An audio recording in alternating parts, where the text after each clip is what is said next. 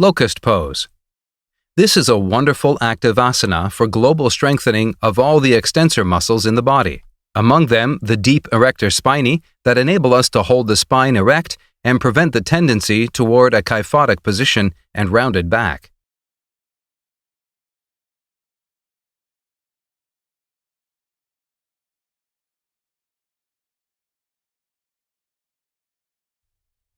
The middle and anterior deltoid flex the shoulder. The inferior trapezius pulls the shoulder blades down and back and prevents them from falling towards the floor. See the animation. Adduction and lowering the shoulder blades.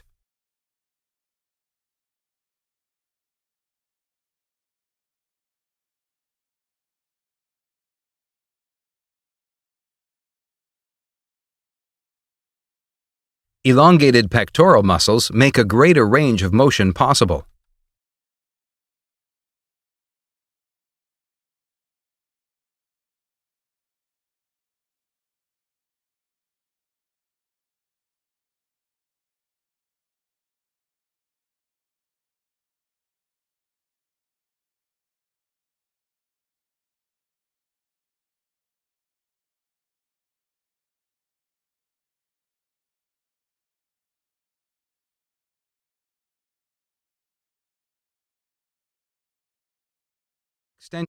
Problem 1 is difficulty in raising our arms forward and adducting the shoulder blades due to shortening of the pectoralis muscles.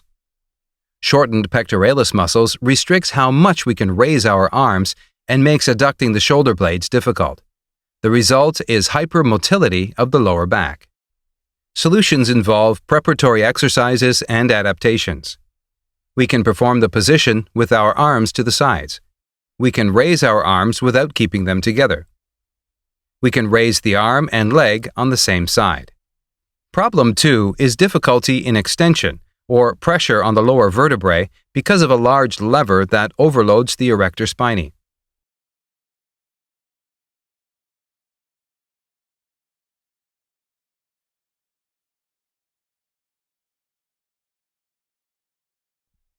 Solution 1 is to press the ground with our hands. Pressing our hands on the ground improves the range of movement in the vertebral column and reduces the effort made by the erector spinae. The stronger we press our hands, the less the load will be on the erector spinae and the shoulder blade adductors. Another way to partially reduce the load on the erector spinae is to spread our arms to the sides. Solution 2 is to place a pillow under the abdomen.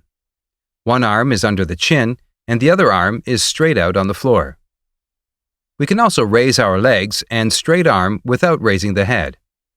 Placing a pillow under the abdomen changes the axis of movement upwards towards the lower thoracic vertebrae. Raising a straight arm activates the erector spinae for stabilizing the vertebral column. Common problem 3 is pain or discomfort in the lower back caused by overload.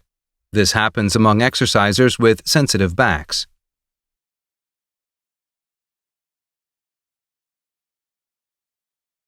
The solution is to adapt our breathing so that it reduces loads on the lower back.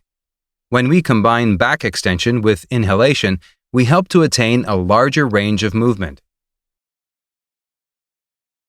Exhalation stimulates indirect contraction of the abdominal and pelvic floor muscles. Contracting the abdominals helps to support and stabilize the lower back.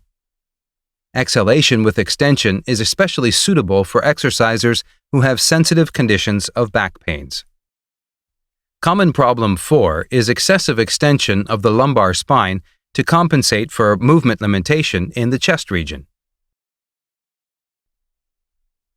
The solution involves preparatory exercises. We work on softening and moving the thoracic vertebrae and making exercises aware of the separation of movement between the lumbar, thoracic, and cervical areas of the spine. Concaving and rounding the spine while sitting on a chair. The aim of this exercise is to improve overall mobility in all vertebrae. Concaving and rounding the back while on all fours with an emphasis on thoracic mobility. The aim of this exercise is to improve segmental mobility in the thoracic vertebrae. Mobility of the thoracic vertebrae in the sagittal and horizontal planes. Aim of this exercise: spinal mobility in the sagittal and horizontal planes with an emphasis on thoracic mobility. Focused thoracic extension with the assistance of hands. The aim of this exercise is to improved passive mobility in the thoracic vertebrae.